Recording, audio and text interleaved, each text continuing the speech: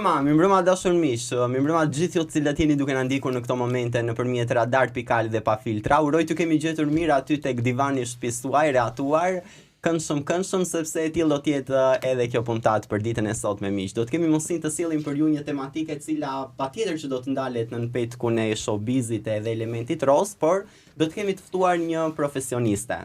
Përpara se ta ftoj, e kaloj fjalën tek kolegja. Okej, vërtet është kjo patjetër absolutisht një përshëndetje dhe uroj që të ju gjej mirë kjo ditë, patjetër, dhe mbi të gjitha ajo që ne vrasim mendin gjatë gjithë kohës është lart e poshtë në showbiz, si ka mundësi që ka një ndikim dhe ka një influencim kaq të madh. Dhe për çfarë arsye ndikon kaq shumë showbizi në psikologjinë njerëzore dhe sidomos të njerëzve që e duan televizionin, janë për televizionin, por përtej kësaj edhe njerëz të thjeshtë që duan dhe kanë dëshirë aspirojnë të bëhen si X apo Y këngëtar ose artist. Por konkretisht sot fokusin ta zhvendosim tek dieta ushqimore. Do ta quaja trupin nën presion, pikërisht trupin nën presion, dhe janë këto projekte të cilat trajtohet trupi si një projekt i përkohshëm, por lihet mbasdore shumë në fakt shëndetja, i cili është parsor dhe shumë i rëndësishëm. Dhe ku më mirë dhe me kë më mirë se me një nga profesionistet më të mira e cila mund të flasë mbi këtë temë është pikërisht Anila Kalleshi. Mirë se erdha Anila, kënaqësi shumë. Përshëndetje, mirë se u gjeta. Kënaqësi dhe për mua. Këtu edhe gjithmonë këshillat e tua janë shumë e vlerë patjetër, edhe të tilla kanë qenë gjithmonë ndër vite që janë prezantuar dhe në media. Faleminderit shumë. Unë e thash trupin nën presion, sa gjendet sot trupi nën presionin e këtyre injeksione për bukurinë, injeksione për buzët, për lëkurën, gjithandej. Po tani ju e dini, jetojmë në një botë ku mediat sociale natyrisht na ndikojnë shumë. Unë të them drejtën personalisht kam vendosur të përdor për ta thënë troç filtrat e Instagramit. Sepse akoma nuk kam filluar me botoxera, me fillera për momentin, por që me ato ndihem mirë. Edhe do t'i që ndikon në shëndetin tonë mendor, në performancën tonë, sepse duke ditur që je afër këshillave dhe patjetër që mjeku më i mirë patjetër do i bëj hizmet kur i thon asaj gjuhës popullore vetes. Ndikon kjo pjesa që e njeh mirë trupin dhe rëndësinë e shëndetit që mos i aplikosh këto substanca, këto injeksione në trupin tënd, në lëkurën tënde për shkak. Të them të drejtën, personalisht gjithmonë kam menduar që të jesh sa më afër, le të themi, reales pa abuzuar. Natyrisht mirëmbajtja kuptohet që është e domosdoshme. Ne femrat pa pak tualet, pa le të themi pak ndoshta rregullime, përmirësime në gjërat. Unë në gjërat që bëhen, le të themi, jam ekstremisht pro për personat që vërtet kanë nevojë. Një hund si shkab, natyrisht ka nevojë për pak struktarim. Ka nevojë. Dhe absolutisht nuk do ta gjykoja një person që bën një përmirësim në atë që është ndoshta pak e vrazhd për syrin. Ndërsa këto copy-paste, këto ftyrat kështu që ti e shikon dhe nuk e kupton se cili nga personazhet është, këto të them të drejtën janë të egzageruara, aq më tepër kur shikon rastësisht një ditë po shikoja një episod të Big Brotherit dhe dëgjoja 4 vajza, ishin 20, 21, 27, 29, nuk e di se sa, moshë shumë e re. Edhe të gjitha diskutonin, unë kam bërë gjoksin nga 2 në 4, kam bërë vithet nga ku di unë se si. Pas ka dhe vithet me numra. Kam hequr barkun, kam bërë këtë, kam bërë atë, vajza shumë të reja. Unë mendoj që në atë moshë trupi është si plastelin. Që do thotë që ne jemi shumë të aftë ta ndryshojmë trupin ton duke bërë gjëra të shëndetshme. Kush është e shëndetshme? Një stil jetese i shëndetshëm. Flasim jo abuzimi me substanca alkolike apo droga të ndryshme, jo konsumimi shumë i pijeve energjike dhe kafeinës të tepërt, gjithashtu marrja me aktivitet fizik, pse jo, e thash dhe më përpara, nëse një organizëm nuk funksionon ashtu siç duhet, mund të ketë nevojë për ndërhyrje dhe aty nuk e paragjykoj dikë, por kur je një vajzë 21 vjeçe dhe do të bësh gjoksin nga 2 në 4, ku dyshi unë për mendimin tim sa më afër natyrales je më organike, më bio, më e bukur, më e këndshme.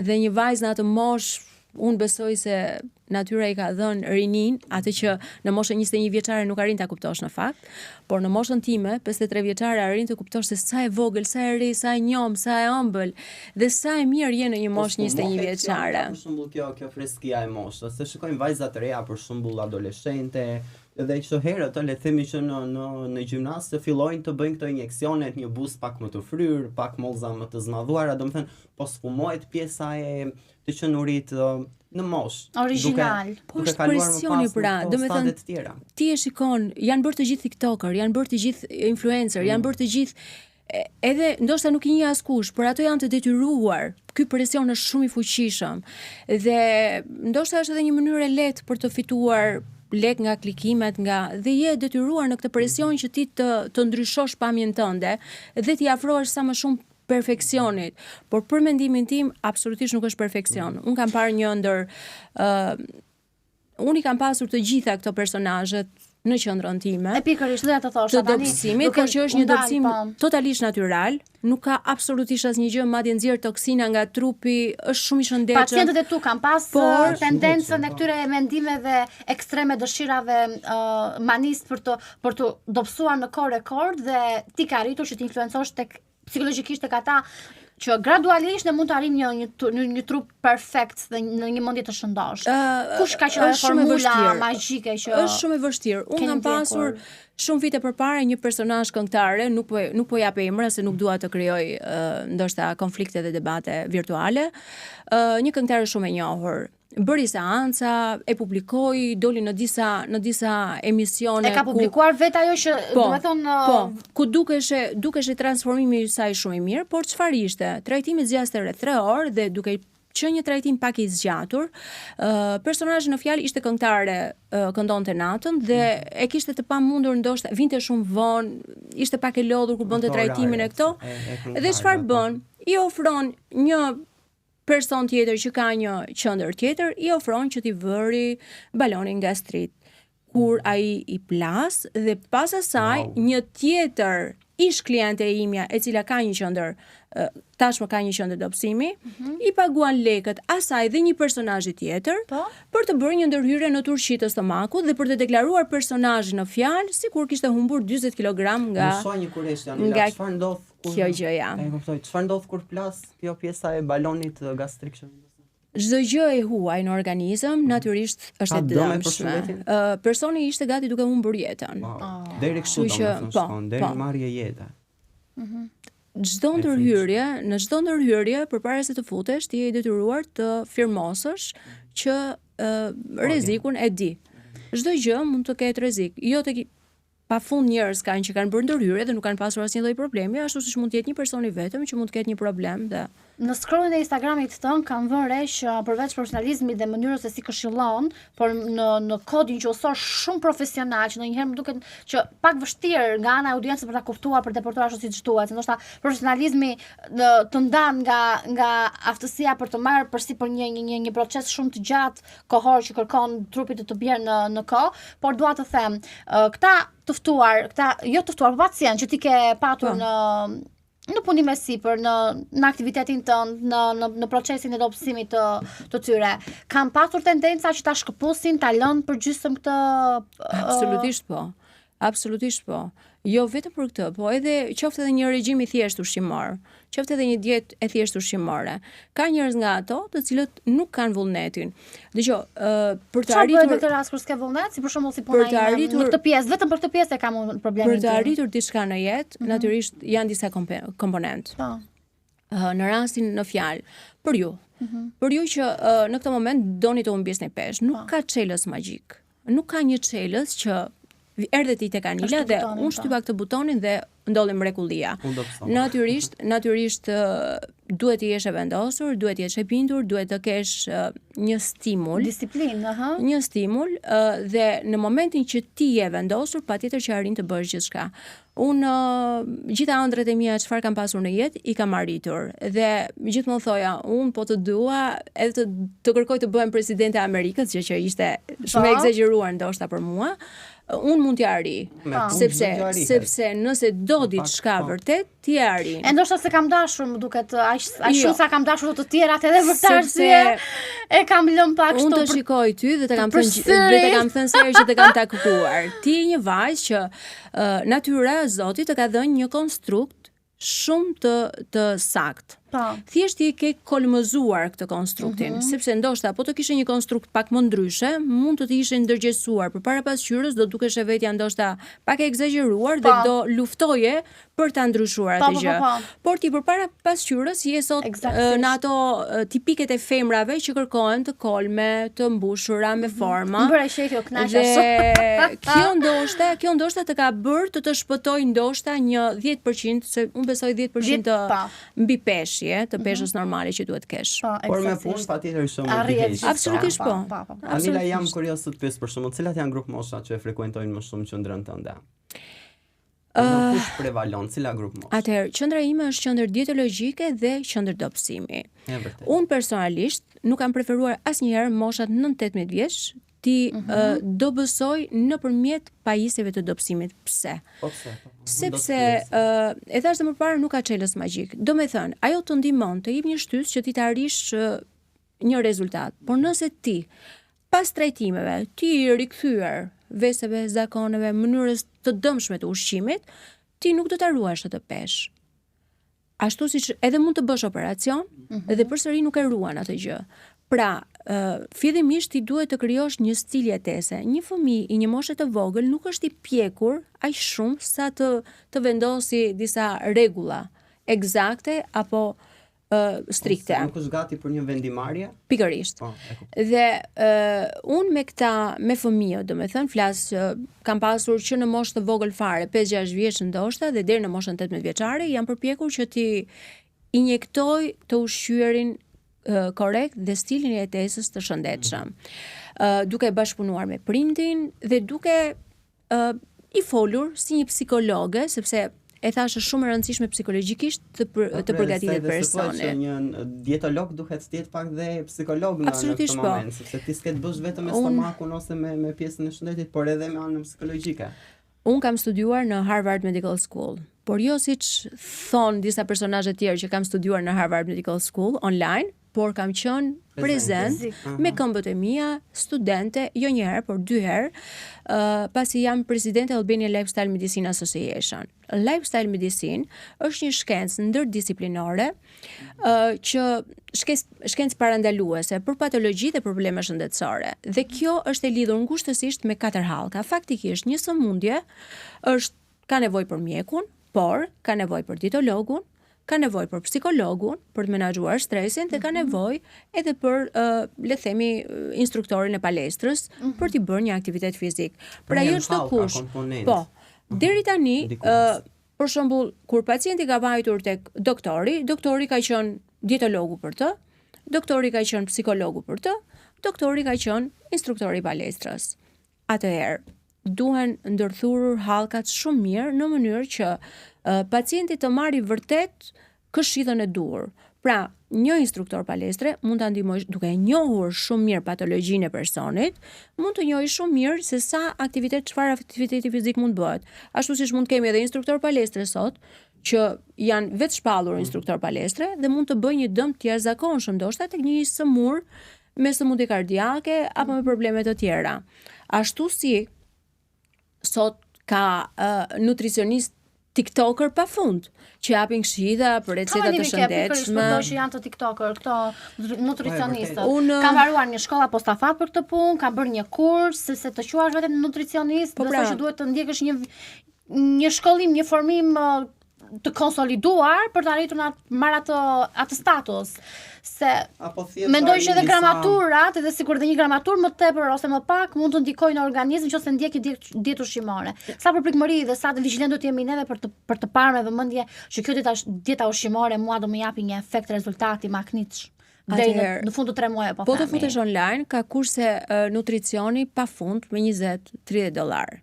Po jo për çështje plagjature, se nuk duam këtë, që nuk i kontrollon askush, nuk e ke iden se e ka marrë apo jo atë diplomë apo ku diun. Formulon për ta të rinj të cilat kanë një popularitet të saktuar në rrjetet sociale, jo në këtë kuadër janë patjetër dhe dalin aty dhe japin këto këshilla, ndërkohë që influencohet publiku absolutisht se janë të rinj ata të cilët i ndjekin dhe i marrin këto këshilla, po sa të vyera janë këto dhe sa të rëndësishme janë këto, sa adapte janë këto. Xhiliola e përmendi edhe më parë kur futesh në faqen tënde, lexon ca terma që ti nuk i kupton, sepse unë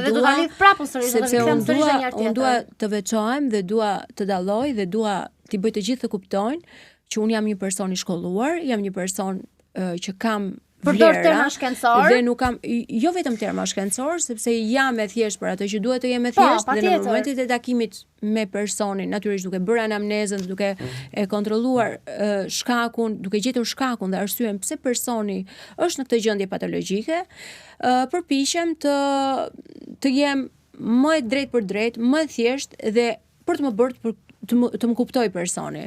Por nëse unë do flisja me fjalë shumë të thjeshta siç flasin. Ja përkthesh në një gjuhë që klienti, pacienti në këtë rast ta kuptoj apo jo. Po. Por nëse unë do flisja me gjuhën e TikTokut, atëherë do bëja gafat e pafalshme ndoshta që bëhen her pas here. Janë gafa, me thënë drejtë.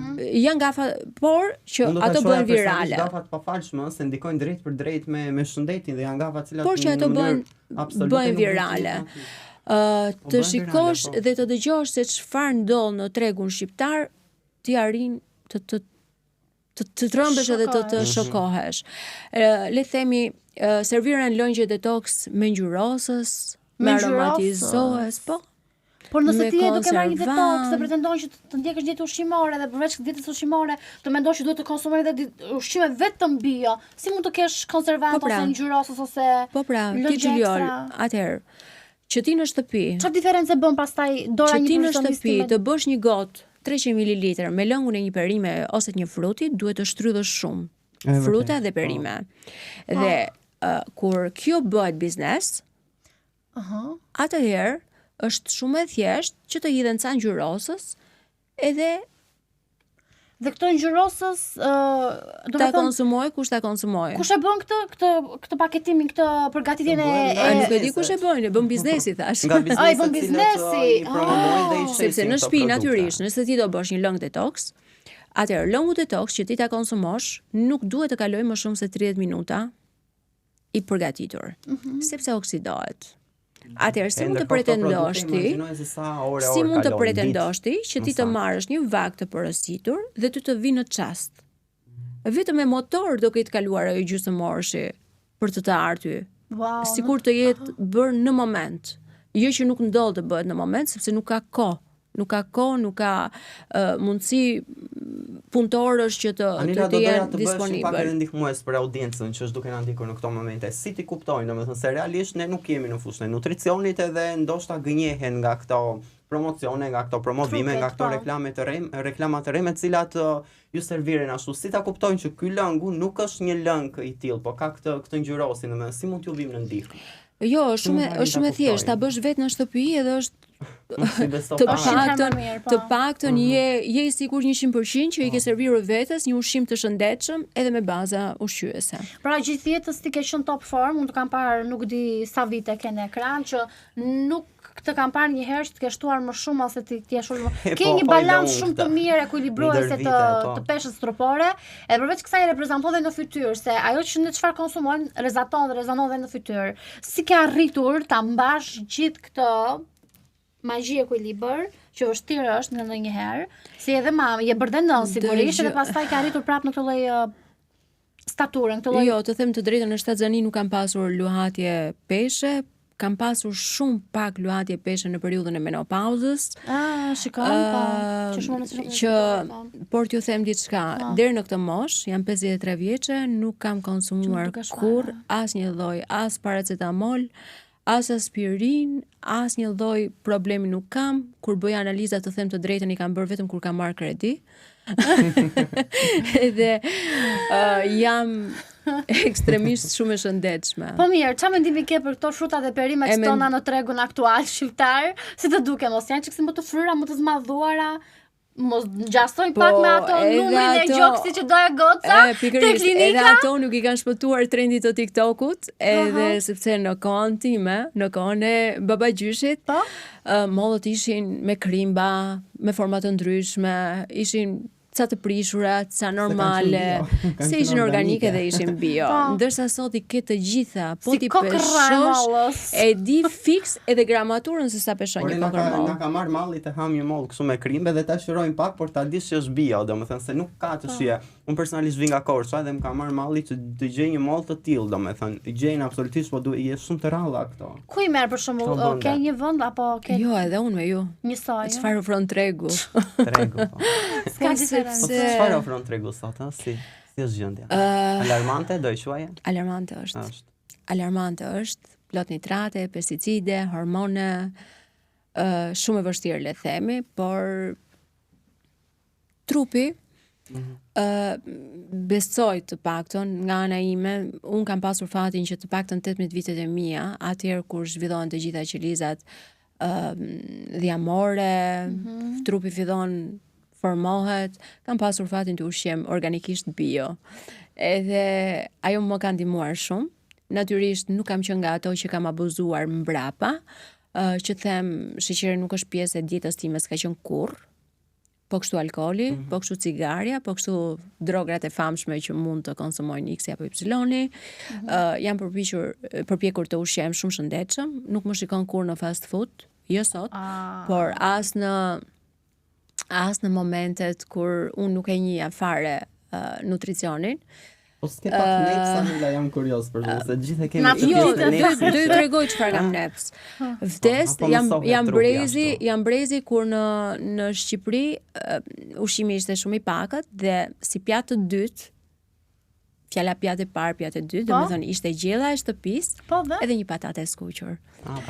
Edhe të them të drejtën, aty edhe i bëj skip në gjë se më pëlqen shumë. Edhe më vdes për ato. Por kanë që ka albumin, po diun. Ka nisë shtep pafund, edhe pastaj kjo patatja ka atë që 70% e ka ujë dhe ai uji direkt në momentin e skuqjes zëvendësohet me vaj. Kështu që nuk janë të shëndetshme.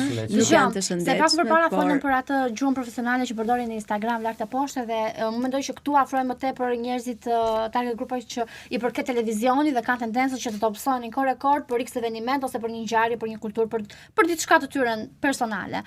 Po kur flasim për pjesën ndërmuese të gjithë vajzave shqiptare që kanë dëshirë të vinë të bëjnë format e trupit të strukturuara, të skalitura, a vin ato me një foto pik orientimi që dua të bëhem trupin si kjo vajza këtu? Jo, tek unë nuk mund të bëhesh ashtu.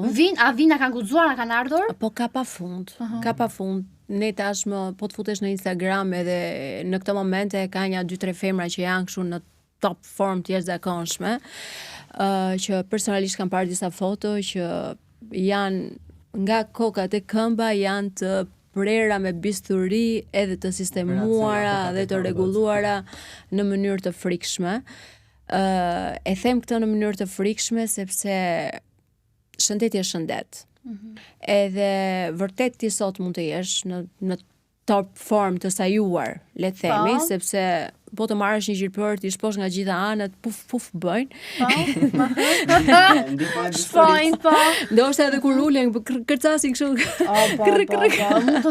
Mund të ndodhi kjo gjë? Ka shumë.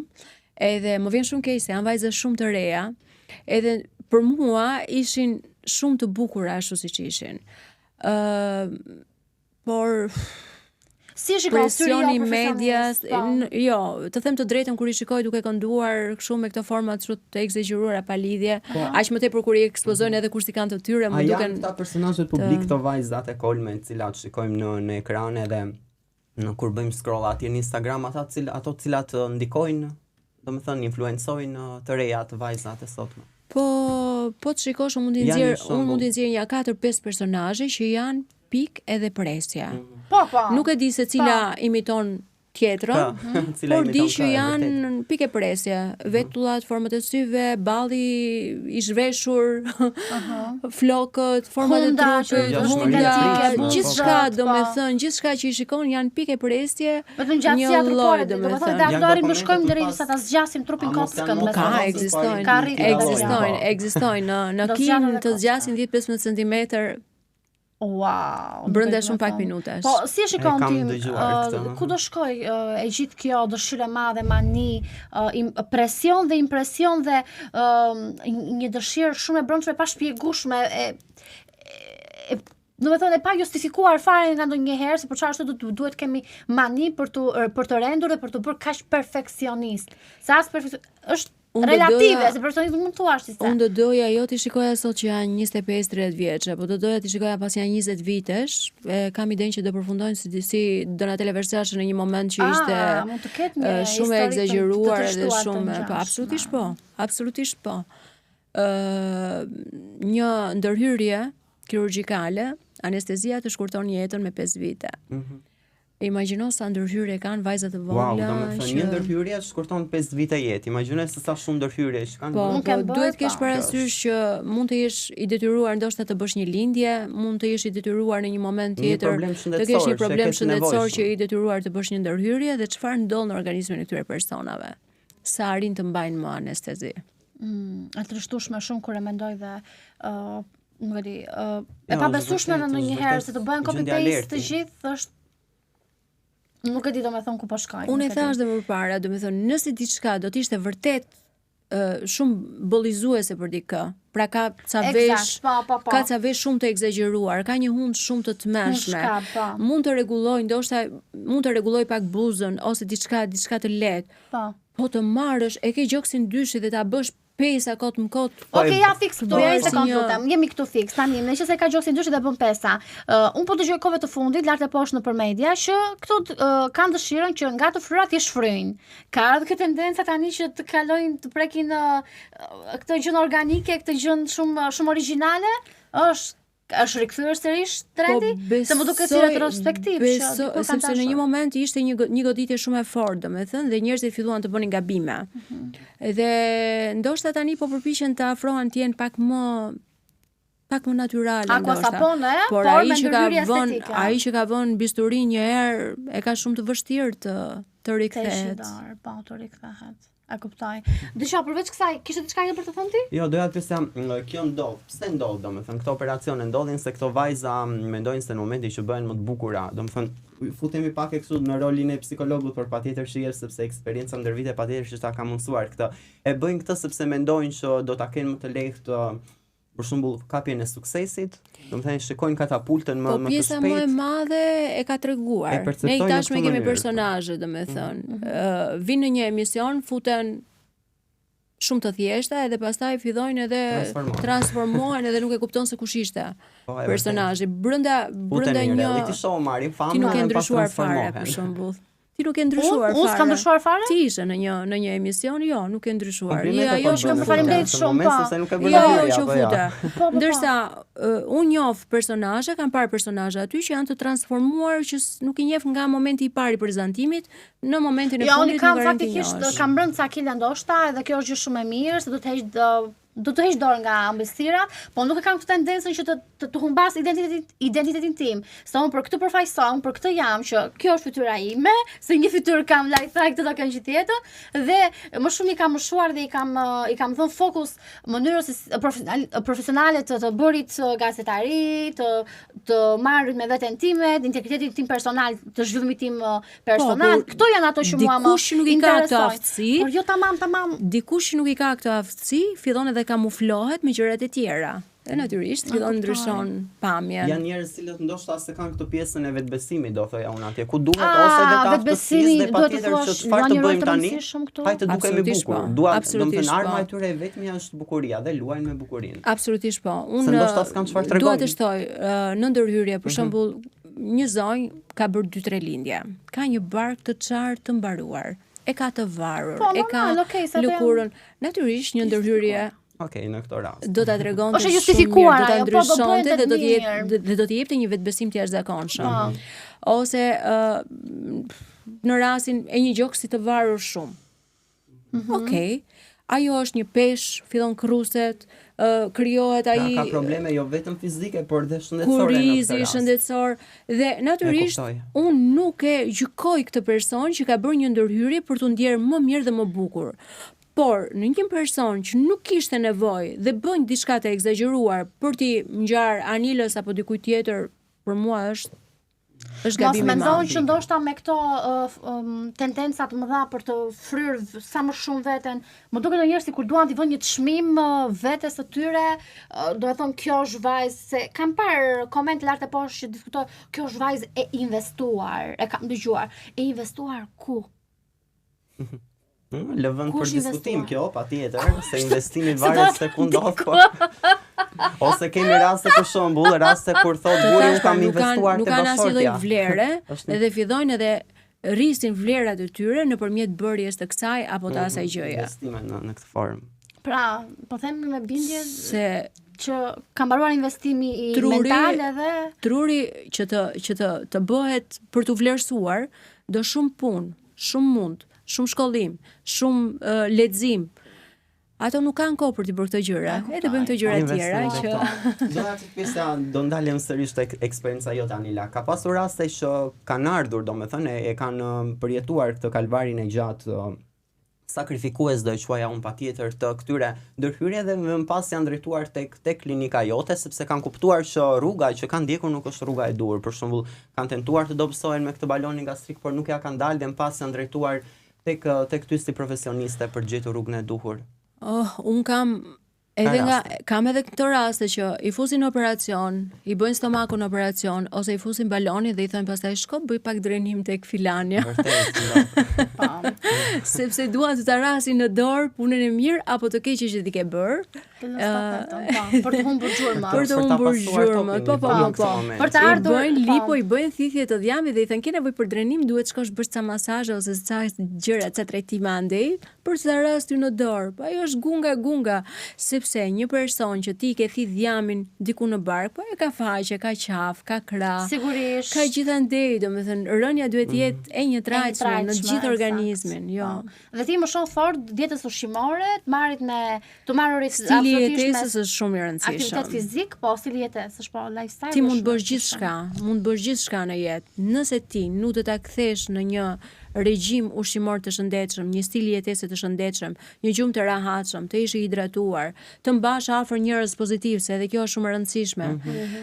Se ne mbajmë gjithmonë njerëz turlisoj njerëzish, me energji negative, me energji le të marrim njerëz të cilët na dhurojnë pozitivitet, dashuri, mirësi, edhe ne ndihemi të qeshur e solar kur kemi një afër njerëz që na dhurojnë. Si arriti, meqense më the pozitivitet dhe dashuri, si arriti Ron Moss, po të themi drejt me që themi drejt fundit dhe të japi një gjë speciale për filtra, që ai ose ti dhe ai të rëmbeni një jetër kaq shumë pozitivitet, saqë të bëje të vinte në Shqipëri dhe ëndra, domethënë, e shumë grave, poka e famshme e tij si aktor, arriti që të shkelte tokën shqiptare dhe të vinte këtu ekskluzivisht vetëm prej teje, me këtë mirësi, me këtë dritë, me këtë rol që ti ke, si arrita bindje ose ai ishte gati për të ardhur? Çfarë ndodhi që u bë ky takimi jubilar i shumë pritur se u dëgjua dhe u përfol gjithandej, me thënë të drejtën. Çfarë kishte ai me Shqipërinë? Si ka arritur ta? Kishte ndonjë debulesë, kishte ndonjë Jo, nuk kishte debulesë, ai ndoshta nuk e njihte fare Shqipërinë, por të them të drejtën,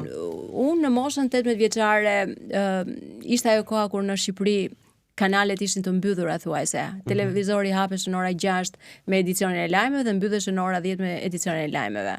Ne në Shkodër shikonim shumë televizionet italiane, Disco Ringun, telenovelat e famshme, dhe në atë kohë kishte filluar, isha, me thënë, mosha 15 deri në 18 vjeçare, ku aty për herë të parë mësova italishten. Madje edhe Xhemisheu një ditë kur po hidhja statusin që do vinte Ron Moss, tha, wow, profesori im italishtes.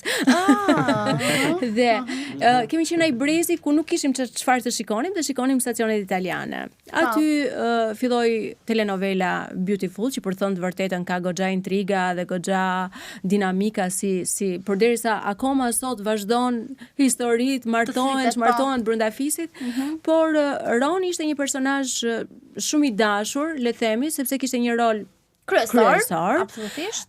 Një rol që ishte një natyrë ku i bënte vajzat të vuanin, edhe charmant shumë Elian, po. I bënte vajzat të vuanin, por një person korrekt, le të themi, në rol. Nuk është se ishte një personazh antipatik ose dhe të them të drejtën, në atë moshë kisha krijuar një simpati për të, duke natyrisht nuk e pretendoja që mund ta shikoja ndonjëherë në jetën time nga afër, por kisha vënë e kisha marrë si modelin e mashkullit që unë do doja ta kisha për burr. Një mashkull të pashëm, të fuqishëm, me integritet, me një profesion shumë të dashur, edhe e kisha bërë si mashkulli model. Madje kur kam njohur ti më shoq që është me sy e shil, edhe kur më është afruar, kam thënë wow. Nuk ishte Roni. Po, okay, nuk ishte me këto tipare të errta. Apo? Jo. Nuk ishte këto tipare të. Sepse ti kishe krijuar një ide në kokën tënde. Se kisha krijuar një ide që duhet ishte një mashkull i gjatë me tipare të errta të zeza. Po, ti kishe krijuar një profil logjik, ndërsa mendoj që bashkëshortit ka rrëmbyer zemrën, më shumë. Absolutisht po. Nuk ka vend për të diskutuar absolutisht asnjë gjë. Po dhe besoj që historia ndër vite ka treguar. Në atë kohë nuk ishte telefona, nuk ishte asgjë ku mund ta regjistroja. Kishim ato videot e famshme që unë i regjistroja çdo emision të tij, e dija komplet historinë e tij, nuk ishte Google, nuk ishte YouTube, s'kishte asnjë gjë, domethënë ku ta rishikoja dhe unë i regjistroja kasetat për të ripar videot e Ronit. Madje kur kam qenë studente këtu në Tiranë, ishte një dyqan diku tek rruga e Elbasanit, ku ishte dyqan Bulmeti, dhe kishte një poster të madh të Ronit, dhe unë shkoja për ta parë, se nuk e bëja dot fotografi. Wow, ka shumë pas dhe shkoja për ta parë, e kisha idhullin tim.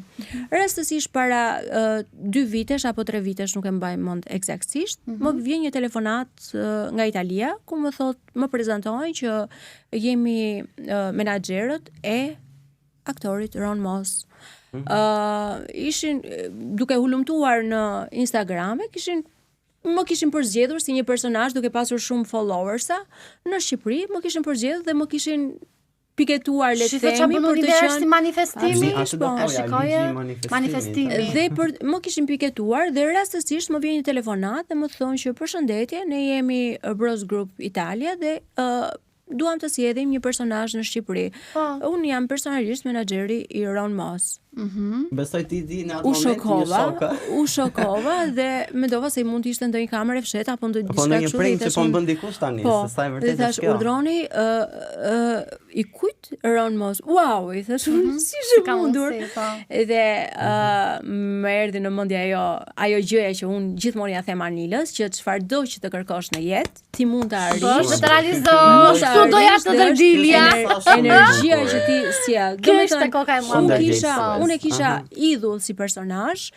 Absolutisht nuk e mendoja kur që mund ta takoja. Kam qenë në Amerikë dhe të them të drejtën kisha idhull edhe Richard Gere. Dhe rastësisht e kam parë nga larg në Amerikë, në New York, por nuk arrita ta kisha afër, por do të thënë ishin ëndra që nuk pretendoja se mund t'i realizoja ndonjëherë. Por ja që ti më pritë, po nuk kërkuan që Ron të vinte të bënte një koncert në Shqipëri. Ron tashmë nuk është Rixhi i Beautifulit, por është Ron Moss. Dhe unë u përpoqa me njëjët e mia, po njëjët e mia si duket ishin të shumta, por unë nuk arrita të gjej personin e duhur që mund ta sillte për të bërë një koncert në Shqipëri. Dhe pas shumë përpjekjesh u dorëzova dhe i thash që nuk e di, nuk po arri që ta organizoj këtë eventin. Dhe më thanë që po ju, a keni ndonjë event tek ambienti juaj? I thash po, unë kam për të bërë 26 vjetorin e qendrës. Sa bukur koncert. Dhe do të ishte shumë mirë që po, thash unë dua ta sjell Ron në Shqipëri. Dhe vërtet kështu ndodhi. E solle në Shqipëri? Erdhi në Shqipëri, natyrisht ka ngelur i manitur, sepse ai nuk pretendoi, madje në event kisha organizuar një super event vet. Unë jam në natyrë shumë strikte, edhe në jetë çdo gjë që e kam bërë vet, pa ndihmën e askujt. Edhe në fakt organizova një event të jashtëzakonshëm. Që Ron kur erdhi mendoi se mund të ishte diçka shumë e thjeshtë, por ka pasur njerëz që më kishin shkruar edhe nga Kanadaja. Dhe më luteshin që të kishin një vend në këtë event. Kanë ardhur posaçërisht nga Kanadaja për të takuar Ron Moss. Roni një njeri absolutisht shumë i thjeshtë. Pavarësisht se e urente rolin e tij të Rigjit, nuk donte më që t'ja përmendnin shumë, edhe pse ai për atë Rigjin njihet absolutisht. Dhe shikoja që nuk ndryshonte shumë nga roli që kishte. Do me thënë, ishte pas ka hyrë rolin pas ka veshur mirë, pas ka shkuar 25 vite për shtat. Dhe në shumë momente në atë event mendoja dy gjëra, thosha, ose ky po vazhdon po aktron tani. Është në rol akoma. Përpara të gjithë, sepse kushdo që e takonte dhe i thoshin, Rigi, dhe ai në atë mënyrë sidheshe, pak joshës, pak provokues, pak korrekt. Do të thënë ishte gjithçka e përfshirë. E ka menduar Ron Moss që të rikthehet sërish në Shqipëri? Absolutisht po. Ron do rikthehet. Ka shumë ra pas ka rënë dashuri me Shqipërinë tonë. I ka pëlqyer shumë Shqipëria. I ka pëlqyer shumë, në fakt në ditën e parë që erdhi, ne bëm disa takime.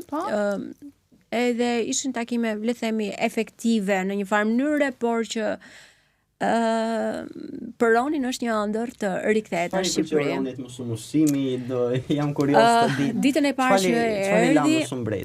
parë që erdhi, më tha kam vendosur 3 ditë të bëj fasting. Edhe i thash unë, në Shqipëri e gjete ti ta bësh? Jo, nuk e shans, i thash unë. Unë jam dietologe klinike. Ai ndoshta nga frika që mos të konsumonte do çfarë do, kishte menduar që Shqipëria ishte një vend i varfër, por në fakt ai këtu erdhi pa në Tiranë pa ndryshime kolosale dhe vërtet e pëlqeu shumë.